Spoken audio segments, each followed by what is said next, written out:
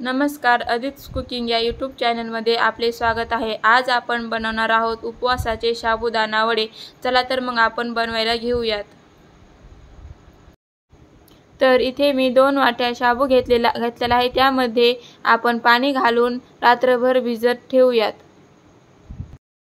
इथे आता आपला साबुदाणा छान भिजलेला आहे। आपण 10 ते 12 तास साबुदाणा छान भिजवून घेतलेला आहे। आता तो आपण एका ताटामध्ये काढून घेऊया। साबुदाणा छान आपला असा मोकळा भिजलेला आहे। वड्यासाठी असा साबुदाणा भिजून घ्यावा लागतो, त्यामुळे आपले वडे खूप छान होतात। आता यामध्ये आपण उकडलेले बटाटे असे खिसून घालणार आहोत। मी इथे बटाटे छान कुकर मध्ये उकडून घेतलेले आहे।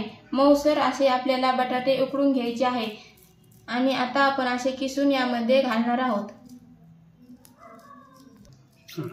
इथे मी मध्यम आकाराचे 3 बटाटे घेतलेले आहेत। तर इथे आता आपला बटाटा किसून झालेला आहे। आता यामध्ये आपण 1 वाटी शेंगदाण्याचा कूट घालणार आहोत। आता यामध्ये आपण हिरवी मिरची बारीक केलेली आहे ती यामध्ये आपण घालत आहोत। तुम्ही लाल तिखटही घालू शकता। यामध्ये आता चवीपुरते मीठ घालायचे आहे। आता आपण हे छान असं मिक्स करून घेऊया।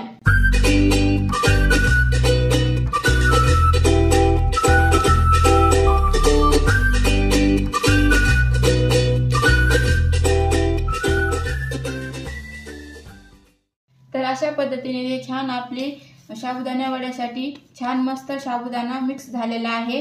आता आपण वडे करायला घेऊयात। मी ज्या पद्धतीने असा वडा बनवत आहे तशाच पद्धतीने वडा बनवायचा आहे। वडा बनवताना खूप छान पद्धतीने बनवायचा आहे, त्यामुळे तो तेलात फुटणार नाही। असा मध्ये थोडा स्प्रेड करायचा आहे व सगळीकडून सारखा असा आपल्याला वडा बनवून घ्यायचा आहे।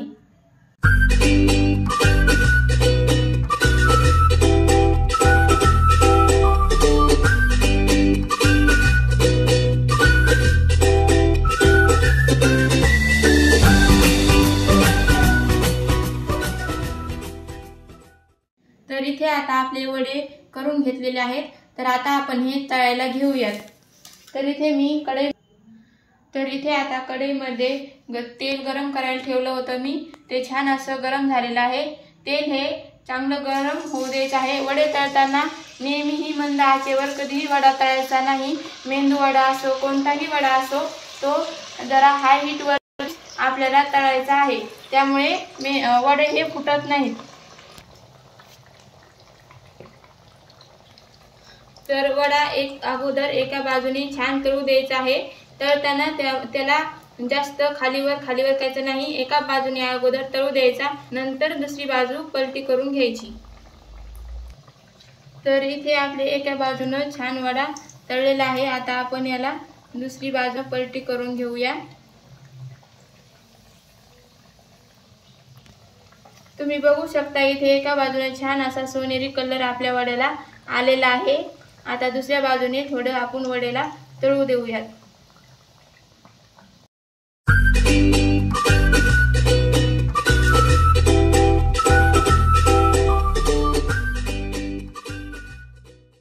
छान तळून तयार झालेले आहेत। आता आपण ते काढून घेऊयात।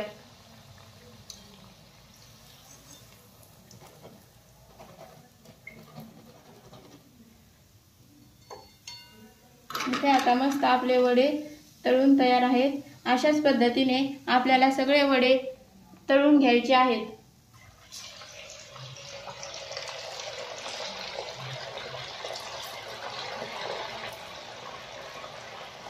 हे वडे अजिबात तेलकट होणार नाहीत, अशा पद्धतीने जर तुम्ही करून पाहिले तर।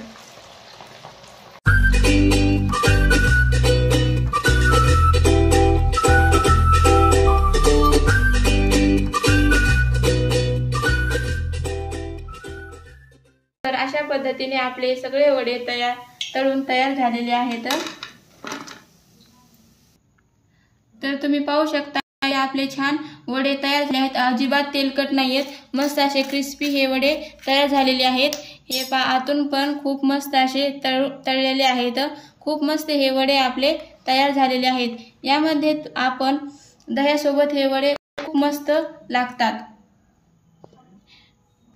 किंवा ह्या वड्यासोबत शेंगदाण्याची चटणी करून खूप छान हे वडे लागतात। व्हिडिओ आवडले असल्यास लाईक आणि सबस्क्राइब करायला विसरू नका। धन्यवाद।